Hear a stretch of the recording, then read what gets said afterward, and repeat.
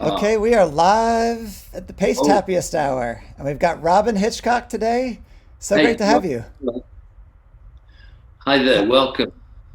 Thanks. How's everything in Nashville? Well, it's 1 hour behind you in Atlanta. I think that's its big distinguishing feature. I think the ice cream man was out and about yesterday. So some people are more socially distant, conscientious than others. And I don't really know. We haven't left the house for 7 weeks. Yeah, I We know you guys have gotten some weather there too, though. The the winds. You okay with the winds coming through? No, especially since the tornado, which immediately came before the virus kicked in. I mean, a lot of East Nashville was really badly damaged. Our house, we escaped by about 300 yards, and we've had a couple of big storms this week. It adds to the stomach tightening element of what's already a tense situation. But so far we're here. So I know, in addition to being a musician, you're a visual artist, a writer. Have you found this to be a time of creation or a time of just sort of stasis and trying to figure out what's next? No, for me, it's been very creative. I've been looking to find some time to paint, and I decided to start painting again last year, and I sort of did a bit of practicing, and then lo and behold, along came the virus, and now I have a lot of time to paint. So that's what I'm doing mostly is that. When I was little, when I was 3, my first memories of my father are this man would come upstairs when I was in bed. He'd come back from work in London and he'd start painting. You probably can't see them fully behind me, but there's the lower halves of some of my father's paintings there. Hmm. Raymond Hitchcock, he was called. And so, yeah, I'm just sort of, inhabiting my father's old shoes and being a painter. But we do these shows. My wife Emma and I do 2 stage it shows a week, and that's instead of going out and playing live. So we no longer have quality time at Nashville Airport. It's interesting what's different and what's similar, the way things have regrouped themselves for people to live in this way. So Rhett, I gather, does even more shows than I do on stage. A lot of us are doing something like that, and you, I guess, I don't know, you're probably as busy as ever, aren't you? We are. We are. I've enjoyed doing this every day at 5 o'clock just to be able to hear some live music and talk to people face to face, even if it's over Zoom. So thanks for doing this. It's a pleasure. Whereabouts are you in Atlanta, by the way? Decatur or Oh, nearabouts okay. Decatur. Yeah. Yeah. So you're near Eddie's attic. Yeah, and that's really why we moved to Decatur. Oh, really? When I was, getting out of college, we would go to shows there and kind of discovered the Yeah. area, and a bunch of friends and I all sort of moved to the area. It's a bit of a groover's place, isn't it? I mean, there's Five Points as well, which is Hmm. it's a sort of traditional groover's strip. But Yeah, no, I love playing Eddie's attic. Yeah. yeah, it's a great place. Well, with your stage at shows, you've done all kinds of stuff. You did an all Beatles show one day. Do you feel like you have a little more freedom to try doing different things since the audience maybe, it's not a different city every night where you're the same set list may be fresh for everybody. Oh, I don't play the same set anywhere. I mean, I always vary Hmm. it. But you're right. I think this forces us also to try different shows. So the average show is largely based on my songs with a couple of covers. We've done a Beatles week. This Friday we're doing Sid. I'm doing Sid Barrett. Emma doesn't ride on the Barrett bus, so this is me solo. Although Emma will appear to launch it and chat online. and so we're doing that. And then next week we've got David Bowie. So we're doing Wednesday and Friday will be Bowie. And we've got plans for, specialty nights, given that this is going to run for quite a while. And we're also hoping this will carry on running if and when live music resumes. As far as we're concerned, we're going to keep this show going, Wednesdays and Fridays for the foreseeable. But we don't film it, or we don't record it, and people say, wow, can't we see it again? But, to us, this is like an old time. This is like, say, the Ed Sullivan Show would have been, or Top of the Pops in Britain, or early episodes of Doctor Who. You had to see it. If you missed it, it was gone. And part of the fun is that you tune in. Viewers around the world tune in, and it's all happening at once. It's not like, oh, well, I'll watch that, or, file this away with things I'm planning to watch. So it's old-fashioned and instant. That's part of the fun of it. Yeah. Well, I love the live vibe here because we can see who's watching and they can chime in. And wow, we'd be very generous because I see we've gotten like 5 donations already for Sweet Relief Musicians Fund. So thank you all who are giving. What are you going to play first for us today? This is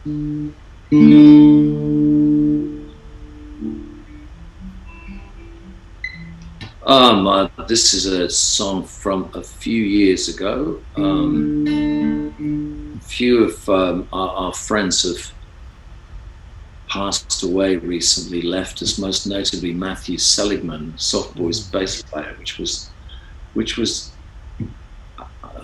quite a shock. He didn't seem like someone who was due to go, and so I don't know. Anyway, it's just with those things in mind. So this is called The Speed of Things.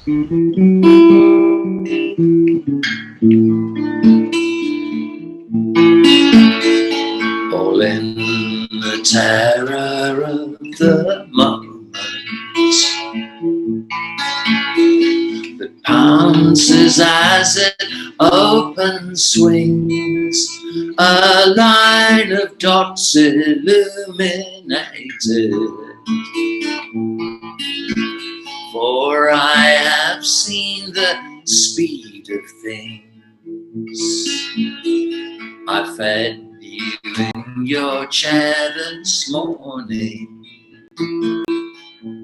You made a mess of everything. By afternoon you drove a sports car. You were driving at the speed of things.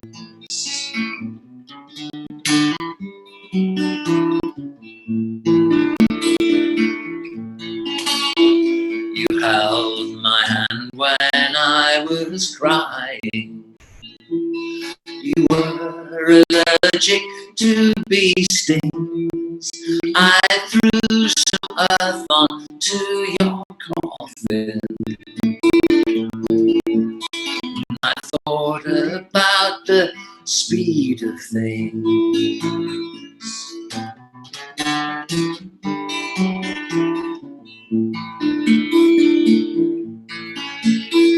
I kissed you by the clear cold river. I felt like I was growing wings, but I grew horns and found another. Oh, a girl to share the speed of things.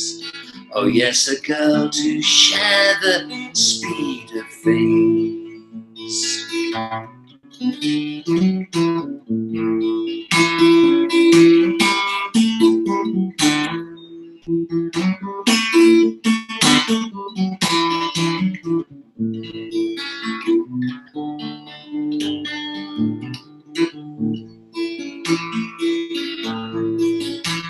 All in the terror of the moments,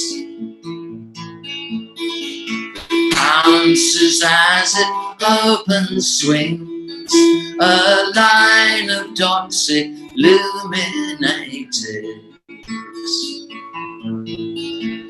For I have seen the speed of things.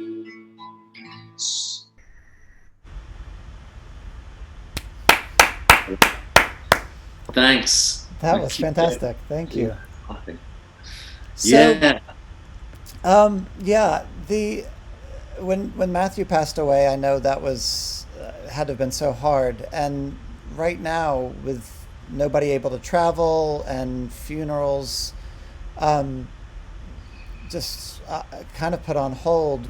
Did you feel like you were able to mourn with your friends and his family? Right now, it just seems like an additional burden from COVID. Well, I don't know. Everything's changed, you know. But in a way, what was happening before, happening already is accelerated. So basically, we've all just turned into phones, and to some extent, laptops. We've been increasingly used to, as a culture, as a society, being connected with people we can't see, and correspondingly maybe not being connected with people we can see. One of the other strange miracles, diabolical, benign, that this virus has wrought is that we are now all completely cellular, completely modular. So, you know, yes, I found out that Matthew was ill from a couple of texts from people, but then this also started coming through on Twitter. The whole thing has everything's become so public. You know, Bill Rieflin died, the drummer who he played with me and with the Venus 3, one of the last backing bands I had, the old REM guys. And Bill was in REM for the last sort of 15 years of its existence. He'd been ill for a long time with cancer, and he passed away in March, just as this struck. You know, but all this, it's just so public. It's all on Instagram. So, you know, do you mourn people? I don't know. There's a whole public side to it. What I actually think and feel about Matthew is completely private and isn't something I can really share with anybody. But you have this, you know, you talk about not going to funerals, but in a way there's a sort of virtual funeral going on the whole time. And if any more of us go, God forbid, that too will be it's just ever more public. So we don't see each other anymore close up, but we certainly see a lot of each other through these screens. So, I think that's the way we're going to merge with our phones anyway. In a few years, it will be impossible for us to even physically exist without them, because the phones, the data will be too important. You know, your ATM, your ID, your credit cards, all that stuff is going to somehow, whether it's a wristband or a retinal implant with a little earpiece, or it's the next step is it goes into our DNA. For all we know, humanity is actually a prototype for the phone. So we never know. Everything is inevitable with hindsight. Nobody in January, or very few people in January, thought that by May most of the world would be shut down and existing like this. But here it is, and we're adapting to it. Touch wood. So one of the things that I went back and listened to today, which I didn't listen to enough when it came out, was your collaboration with Andy Partridge. That is a beautiful EP. Can you talk a little bit about that process of making that thing? Well, the four songs that Andy released on his label, we actually recorded 2006, 2007, I think, and then in his shed in Swindon, and we never quite finished them off for a whole variety of reasons, not least of which was me leaving London, leaving Britain.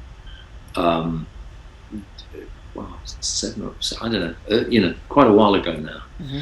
But we losing emails and all that kind of stuff, losing each other's contacts, and I'm or until 8 weeks ago, I was all over the place, and Andy was always in Swindon. Now our lives are very similar. But yeah, we recorded in his shed. You know, we'd write the song in the kitchen, and then we'd go into the shed where he has the firepower of Abbey Road Studio One, but it's a standard British shed, so it's about the size of a bus shelter. But there's just room in there. There's 2 chairs, and there's a desk, and there's a couple of good mics, and I sort of play the basic song with him and do a vocal, and then he'd do all the overdubs, and sounds amazing in it. So it sounds like it, I suppose in a way it sounds like me lost in an XTC record. But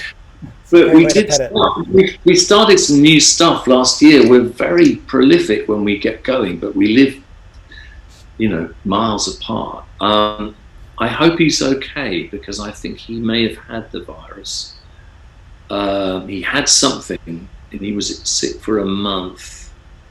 I don't know. I'm waiting to hear back from him. I hope he's all right. But you know, it's you just don't know really with people. Yeah. If we are spared and, you know, international travel resumes, then we will definitely do some more. We're 2 songs into another project. That's all. All I can say, you know. Again, touch wood. Yeah. So what are you going to play second for us today? Oh, I'm going to play this, I guess. This was on my oh no, I won't. I'll play this. I think this was on my last record. It's quite short.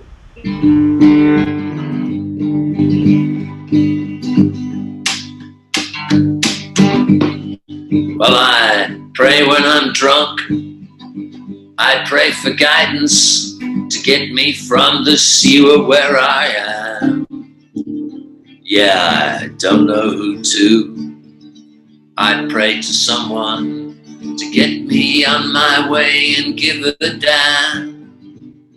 Yeah, I pray when I'm drunk, pray when I'm sober. I'm grateful for the man that I've become. Yeah, I swarm with the bees, and I ooze with the mackerel, and I think about you every time I strum. Some things can change, some things you cannot change.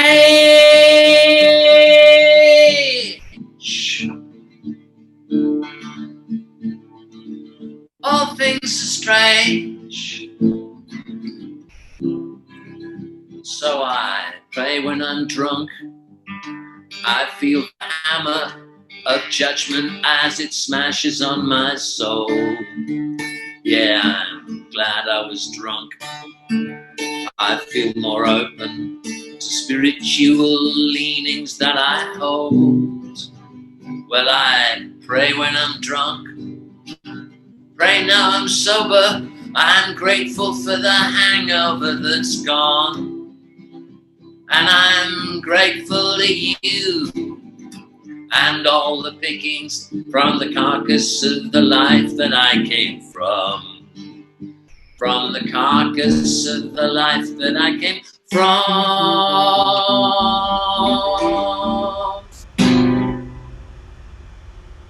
Oh, that's a hard one to hold.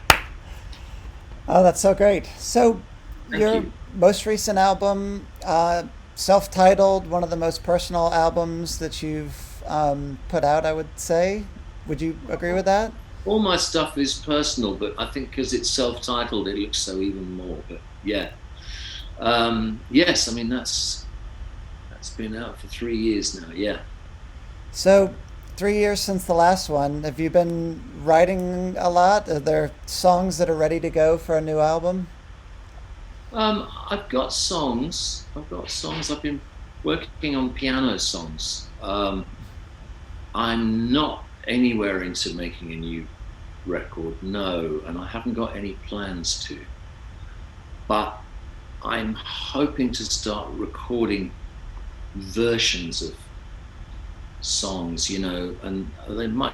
I've got Patreon now, which is good. We get $5 a month. You get 3 or 4 new Robyn Hitchcock songs on the journal of our cat Tubby, and Emma has a Patreon as well. And we're working on Emma Swift's new record. She's got a collection of Dylan songs that's going to go out before her album. I got Partridge. I've got no plans for a Hitchcock record, but I will make sure that the songs, there's a lot of songs lying around, you know, the vaults, where I'm opening up the vaults for Patreon. So we're going to make sure that whatever is there is available. For me, the whole album tour stuff is very 20th century. I think it's now entering, certainly for me, just a kind of endless fluid state where if a song appears, it'll probably pop up in your laptop along with everything else, you know. And so, but no, I'm composing music. Oh my God, the phone rang. So yeah, I'm busy with everything really, but I think I think the album thing is probably done for me, or certainly on its way out, you know. Well, you've put out quite a few of them, so put out a lot, and I felt when I called that last one Robyn Hitchcock, in a way it was also a kind of, that was the end of a sequence, you know. And things have changed so much since then in you know, in the world, that I don't know, and I do have, as you say, a hell of a body of work. Most songs that people associate with me are from the 1980s. You know, if I never play another song I wrote after 1990, most of my listeners would be really happy. I'm like, I don't know about that.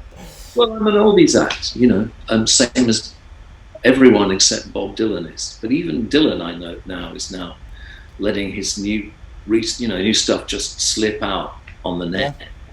And I think it's mutating, but you know, I love vinyl. I will get hold of a vinyl copy of Rhett's album and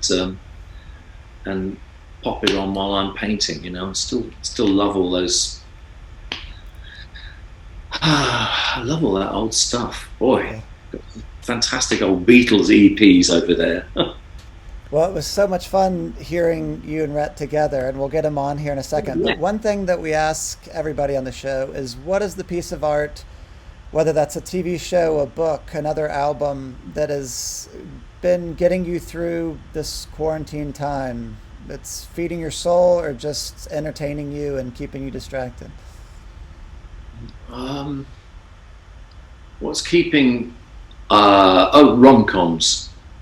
Hugh Grant movies. You know, even when they were made, the Hugh Grant movies, you know, Notting Hill and Four Weddings particularly, you know, they were mythical Britain. Britain processed by Brits for Americans. An American leading lady and a bunch of eccentric, goofy British semi-losers, just the way you like to see us, you know.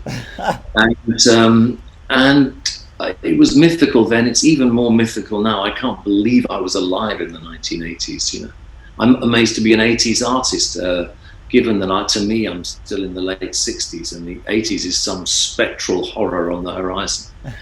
No, those movies were made in the 90s, and even Tubby the cat, he loves it when we watch a rom-com. Nora Ephron movies. God, any of those sort of, we watched Moonstruck the other night. I think that stuff is what if you want something life affirming, then I would say look no further than a good rom-com. That's great. All right, let me bring Rhett back in here. Rhett Miller, where are you? There he is. Hi, Josh. I'm going to put my specs on so I can see you better. Oh, God, they're filthy. Rhett has very cool guitars in the background there. What can I say, man? My kids made so much fun of me when I painted my office red, which great minds think alike, Robyn. Oh, Uh, yes. Yeah. yeah. And but I painted my office red, and then I hung guitars up all over the walls. And my two kids are teenagers, so they miss no opportunity to roast me. So they were like, "Oh my God, Dad, can you show off more with your guitars?" And now it looks as if I paid someone to set dress my stage from which I perform every single night. I think it looks great. It keeps Thanks. them off the ground as well. It hadn't occurred to me. I suppose I could do that. Yeah, God, in Studio B. Rhett, that the second one along from your that side. Yeah, have I seen you play that live? Well, this is my number one live guitar. Oh, It's a new what? J200. Yeah, But this is a J200 from the 60s. It was one year when a French conglomerate bought Gibson, and they decided to cheap out a little bit. And instead of the block that normally goes under the neck, they yeah. put a metal rod. But the metal rod killed the tone. So all the serious players took out the metal rod and just said, "Metal rods be damned." And then the guitar necks all went and broke off. Oh, So when I found that in the early '90s at a garage sale for $5, it was just firewood, and it right. took me 20 years to finally get it fixed. And I had someone rebuild it, and I see it now as this beautiful metaphor. And how does Metal Rods Be Damned is a great album title. How does it play? How's the action? It's a little wiggly, like Here, let me see if I can grab it. Um, the strings on it, the neck is really thin. And look at the back of the headstock. It's got a black painted thing on the back of the headstock, but the neck is quite thin. So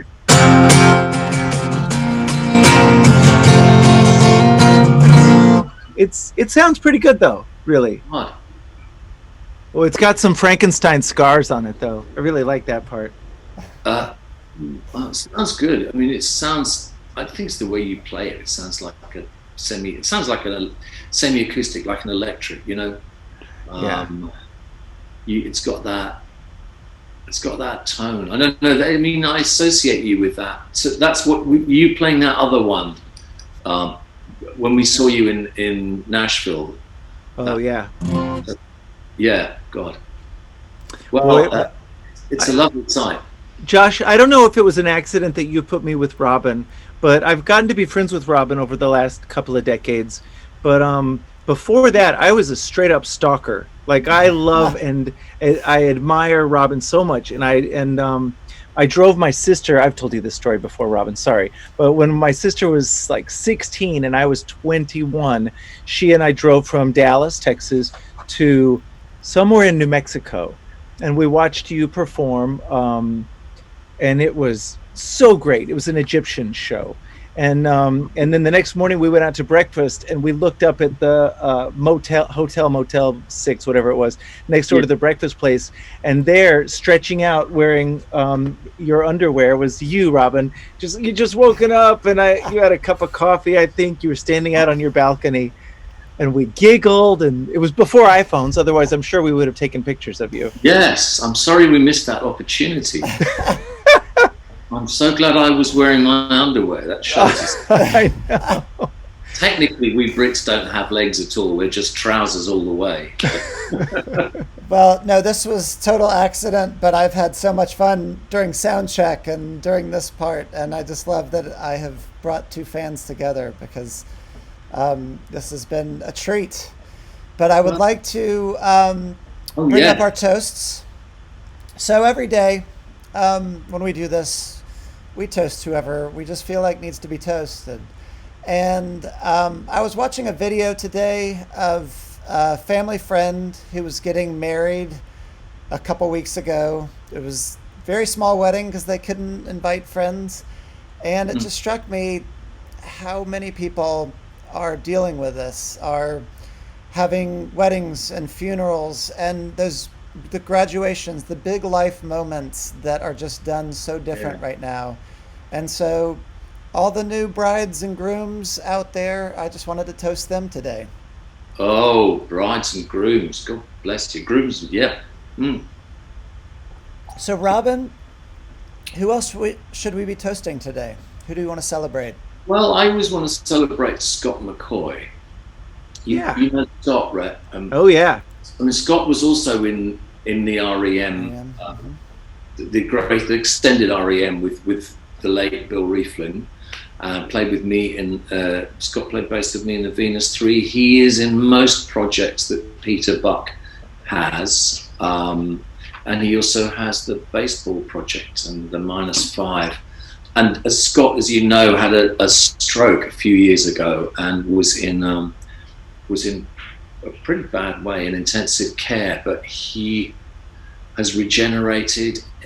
His wife Mary has spent an awful lot of time devoted to him and looking after him, and he is alive and well in Portland. And I just think, you know, with people going, I'm just celebrating the fact that Scott is still with us. You know, we email and all the rest of it. I'm just sort of grateful Scott's here. So my other toast goes to Scott. Absolutely. Yeah, Scott McCoy is a straight up beam of light, that guy. Isn't he? Have you ever been in a band with him? No, but I played with him down in Todos Santos at those festivals, and yes, every time I go through Portland, we go have dinner. And Mary, I mean, they're such a great couple because they're both so filled with life and jubilant. Yes, they are. Scott's, and God, I mean, he just really looks after himself. He hasn't had a drink in 2 or 3 years. He looks fantastic.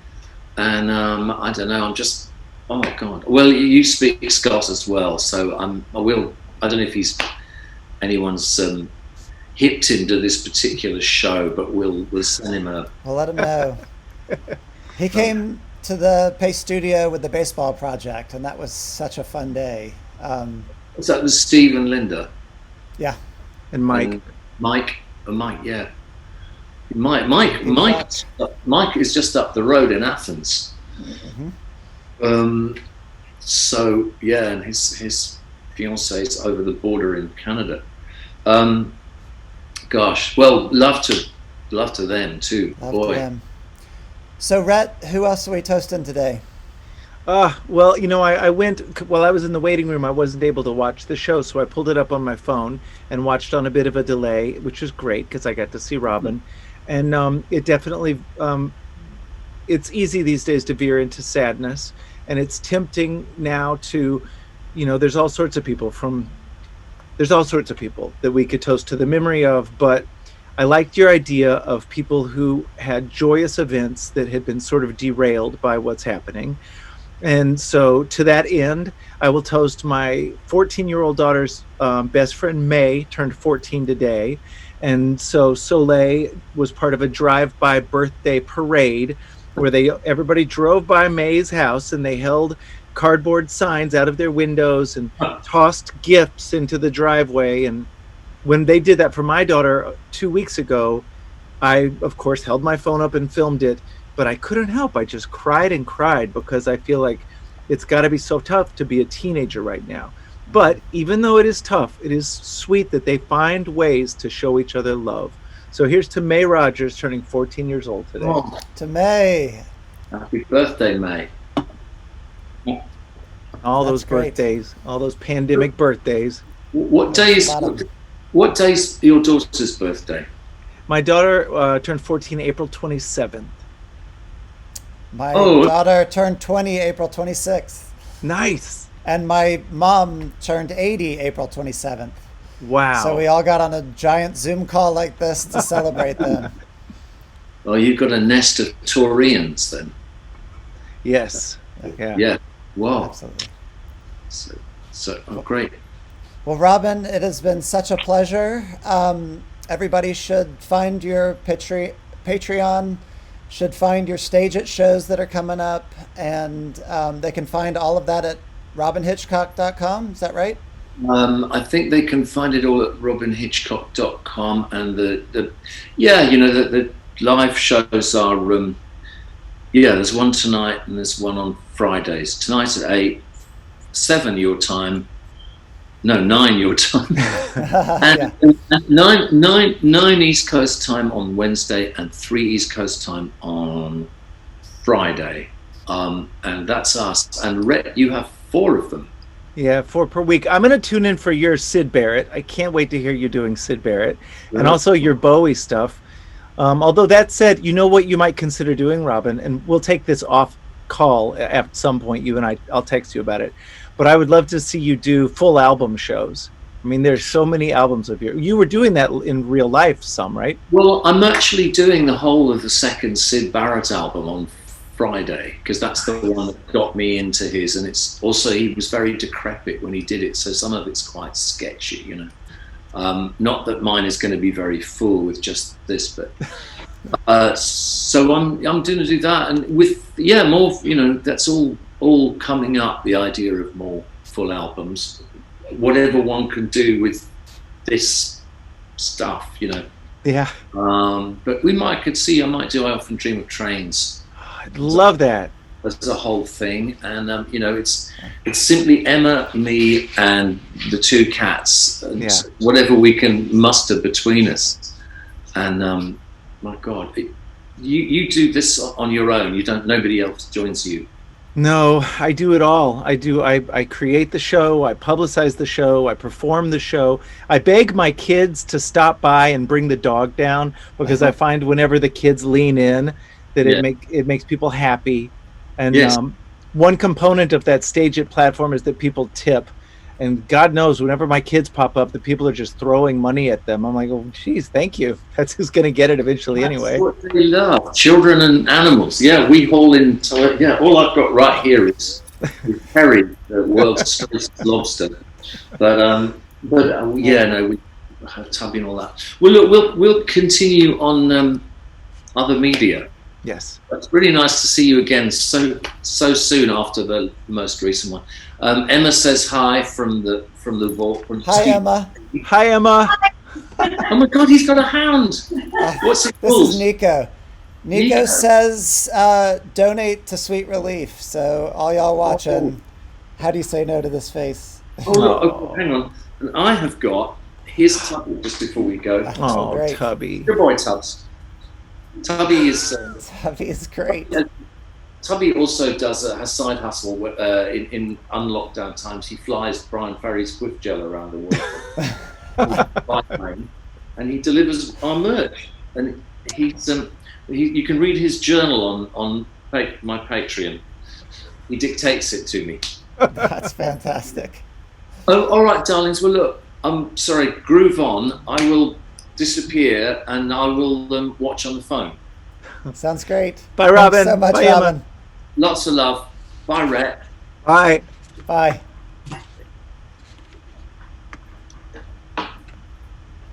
Rhett, so good to see you. So nice to see you. It's been a minute. I know, but it's sweet. I feel like our careers have been concurrent. I feel like I've gotten to watch Paste magazine and you do such great work over the years. Good job. Thanks for saying that. But I do feel that.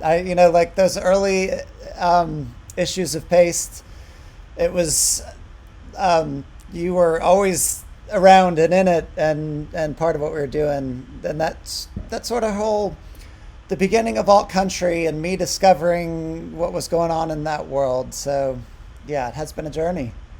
Nice. It's funny because I'm going to play a couple of songs, and I went and because I remembered you guys at one point a few years ago had done a list of the 12 best old 97 songs. So I went back and revisited that, and I figured I had to do number 1. All right. Which was sweet because it coincides with when you do the job that I do. Like a lot of times people, for instance, like in-laws or cousins, your wife's cousin, whatever, random people that are kind of in your family but on outer perimeters. One question when there's a conversational lull and they find themselves having to ask a question about your job, one question that comes up a lot is, so what's your favorite song you've ever written? Which is a weird question because I don't know. It's hard. It's all The real answer is always the one I just wrote. because that means that I still got it and it's still coming out, and I keep thinking about it and I love it and it's in my brain. But then there's other answers, like sometimes some really weird song. Like there's a song on the latter half of my most recent solo record that I never play live called Permanent Damage. That's a pretty great song. I never know what's the best song I've ever, I mean, of all the great songs, I mean, there's so many of them. But the song you guys chose as our number one song is the one that, when I really think about it, if I had to like write an answer for real, like for a college, like a lie detector, I would say it's the song Barrier Reef, because when I perform it at shows, that's the song where the audience always sings along to every word at the top of their lungs, to the point nowadays where, well, not nowadays, but before all of this, when I would go and play, I would take a step back from the microphone, and most of that song would be a group sing along. So I figured there's something about that where it stops being mine and it becomes something that we all kind of do together. And so that is success in terms of songwriting to me. That's fantastic. And I think that's a great definition of success. And I'm so excited you're going to play that song. So yes. You want to go and play it? Yes, I would love to. The empty bottle was half empty, tide was low, and I was thirsty. Saw her sitting at the bar. Well, you know how some girls are always making eyes. Well, she wasn't making eyes. So I sidled up beside her, settled down, and shouted, "Hi there, my name's Stuart Ransom Miller. I'm a serial lady killer." She said, "I'm already dead," and that's exactly what she said. So we tripped the lights, fantastic. We was both made of elastic. Midnight came, and midnight when I thought I was the president. She said, "Do you have a car?" And I said, "Do I have a car?" What's so great about the Barrier Reef? What's so fine about art? What's so good about a good times, man? When you're working on a broken man. When you're working on a broken man. Woo!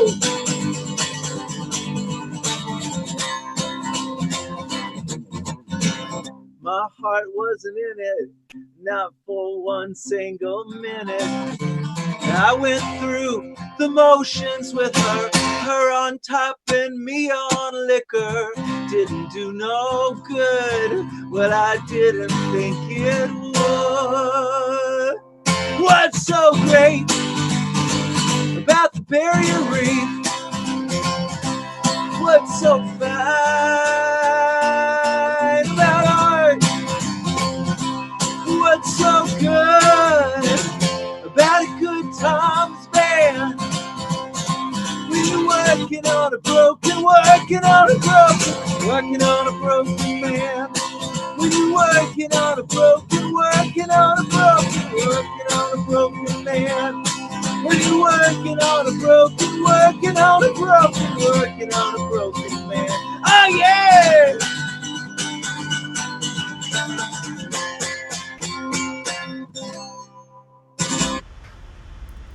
Woo! Woo! All right. Oh, this is so fun. What is the sound of one editor clapping? I know.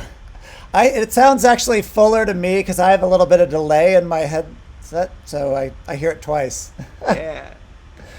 So, Rhett, in addition to writing songs and putting out albums, you are now a podcaster, and you get to be in my chair and interviewing folks. Wheels Off. Tell us about the podcast and how that came to be and how you're enjoying it. A thing happened a couple of years ago where podcasting reached this saturation point where everyone in my job or in any job vaguely like mine was suddenly required by law to have a podcast. And I'd had people approach me over the years with ideas and asking me, producers, and what would I want to do, and it all seemed so daunting. I had a few things where I went down the road a little ways trying to figure out what kind of podcast I would do. One of them, I was going to talk to different traveling musicians and comedians about their hometown as like a travelogue. But I'm like, you know what though? I kind of don't really care that much about it. So that ended up being my problem with all those ideas before this one. And then with this one, a friend of mine just said, well, if you had to have a podcast, what's something you'd care about? And I said, I would want to have the conversation that I have, like when Robyn, Hitchcock, and I are, in a real green room, not a virtual green room, or in your virtual green room earlier, we will end up talking about the logistics of our job, but then also kind of the philosophical, baggage that we both carry around, and then the sort of internally generated obstacles that we have to deal with, and then we give each other little bits of wisdom that we've picked up, and that's the conversation that I'm interested in. And so that wound up being what Wheels Off is. It's just kind of the creative life. What goes into it? How does one survive it? What advice would one give to a younger version of oneself? They're short. They're 30 minutes, so they're manageable, and I've gotten so much out of it. I've never made one penny from it. There's no advertisements. There's no sponsorship. Although I'm sure my producers are frustrated that's. I mean, they would love it if I would go out and beat the bushes for that.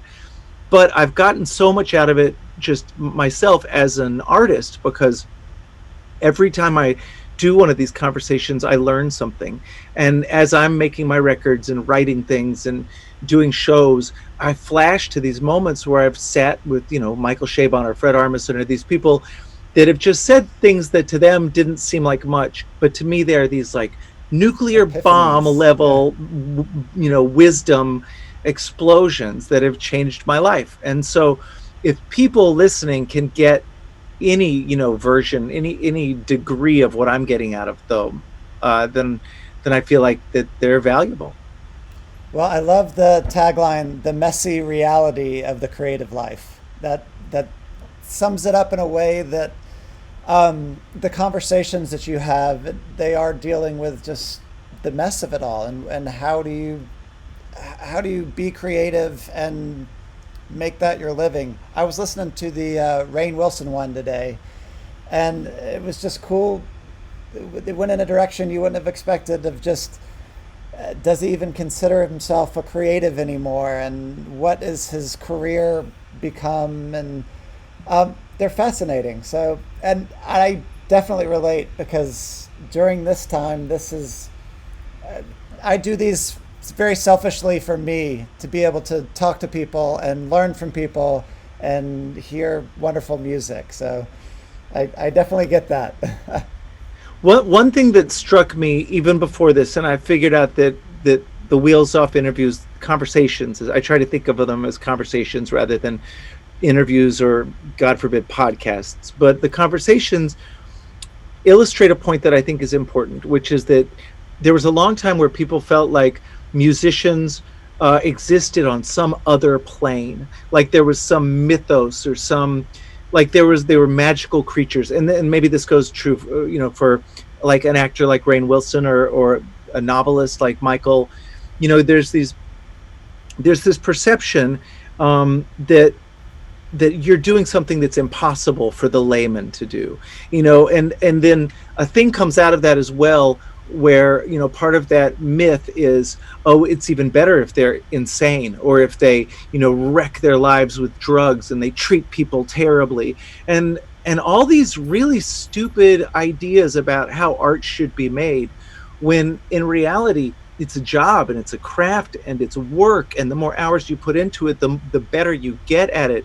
And if you treat people well in your career, that you'll get to do what you love to do longer.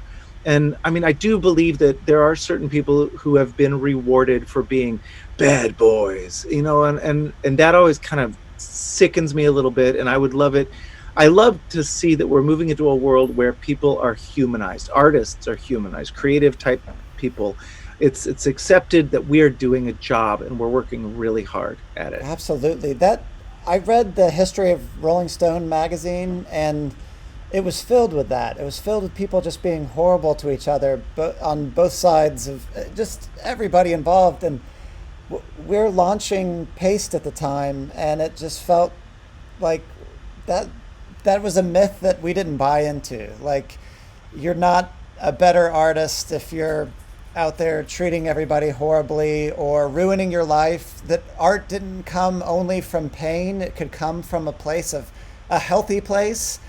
And, you know, when we started Paste, even before we had the magazine, the goal was, let's help musicians have middle class lives. Live a life where they can, you know, do this for a living. And so we were just selling CDs online, and then we launched it as a magazine.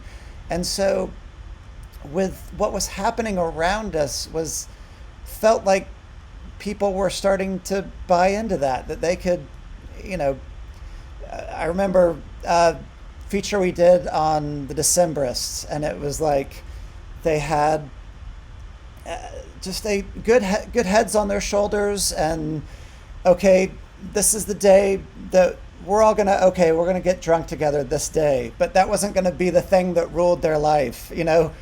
And so many artists getting sober and discovering that they could still make great music and have a better handle and a better schedule of writing, so that what they were producing was just better. And so yeah, it excites me to hear you say that. That's fantastic.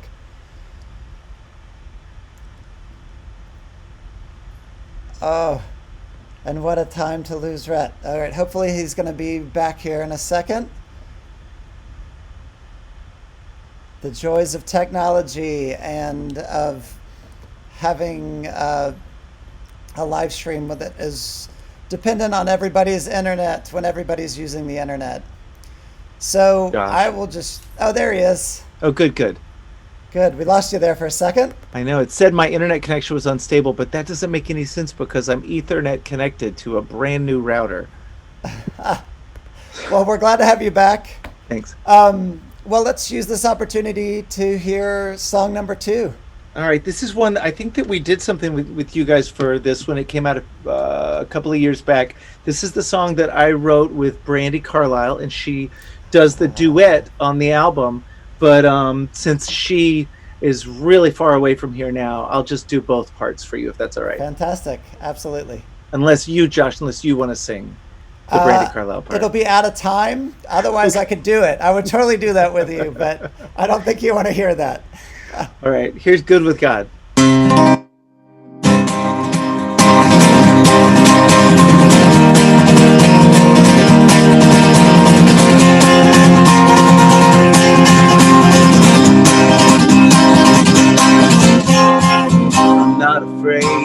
I'm good with God. I've got my sins. In fact, I've got a lot. I've got a soul that's good and flawed. I'm good with God. I'm good with God. I'm not afraid. I got no regrets. I've paid my dues. I've paid my debts. I've made a mess, but it's my bed. No regrets. No regrets. Goodness knows I've done you wrong. I'm not too gone to see. All I know is I'm good with God. I wonder how she feels about me. Oh yeah, I wonder how she feels about me. You should be scared. I'm not so nice. Oh, many a man has paid the price.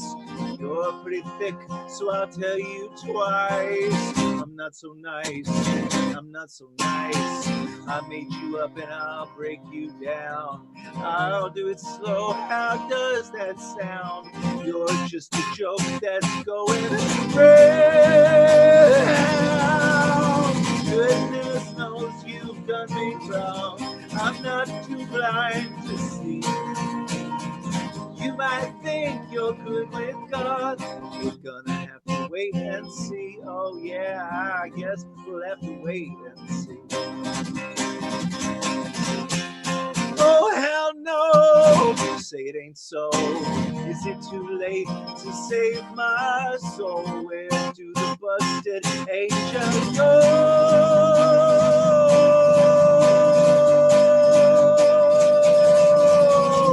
Goodness knows I've done you wrong. I'm not too gone to see. I can only hope I'm good with God. I wonder how she feels about me. Oh yeah, I wonder how she feels about me. I guess we'll have to wait and see.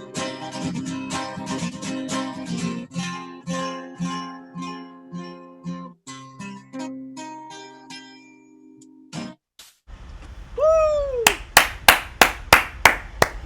So, I swear I didn't request either of those songs, but those might have been the songs I requested. Yes. So, you are in the Hudson Valley right now. Yes. How are things going during all of this quarantine? You hanging in there? I mean, yeah, it's been, it's been tough. We've, I mean, yeah, it's been tough, but trapped in the house with two teenagers. We have had a death in the family. We have had friends die from the virus and just from other things, and it's been there. It definitely feels a little bit apocalyptic. I think a lot of people have been making that observation. I don't think it's accurate, though. I think we are going to be okay. I really believe that this is, I don't know, an opportunity for a lot of rebirth and for a lot of like a cultural reset is what I'm really hoping for. I know myself, I feel like I've learned a lot. I'm super grateful that I've gotten to do the shows that I'm doing online 4 nights a week. It seems, or four times a week. It seems like a lot, but it's definitely been saving my family's ass. When all of the shows for the year got canceled, that had never occurred to me that could happen. And so there was no, I mean, since I dropped out of college when I was 18 years old and 19 years old, and I gave up a full scholarship to Sarah Lawrence College, basically my whole idea has been no safety net, no job. No, there was no family money. And so when it all went away, I didn't know. So thank God for these live shows, because we were freaking out. Well, I'm sorry to hear about the tragedy that's been around you, and I'm very glad that you have these stage it shows, and people can check those out tonight or Wednesday. Yeah, Wednesdays, Fridays. Yeah, I think my management posts it on Facebook, but I don't do Facebook, but Twitter and Instagram. There's a fine line I'm trying to walk where I'm not over posting my schedule, trying to get people to come to my stage it concerts. That's a funny thing, Josh. I noticed musicians like me never say the word concert about what we do, right? Mm-hmm. It's a gig. Like, no matter how big it is, it's just a gig. But now, like, these are concerts that I'm doing in my office. Like, this is the opposite of a concert, and yet my stage at concerts, yes. But yeah, so if you follow me on Twitter or Instagram, I will give you about half really fun, awesome content. And then about half the time, I'll try and find an interesting way to persuade you to come visit me at my stage at concert. Right. Well, the last question I want to ask, because we ask everybody on the show, is what is the piece of art that is coming to mind getting you through this, either as entertainment or just speaking to your soul and keeping you sane right now? Is it a TV show, a book, another album? What are you latching on to right now? I am listening to an audiobook of the brand new book of Stephen King short stories.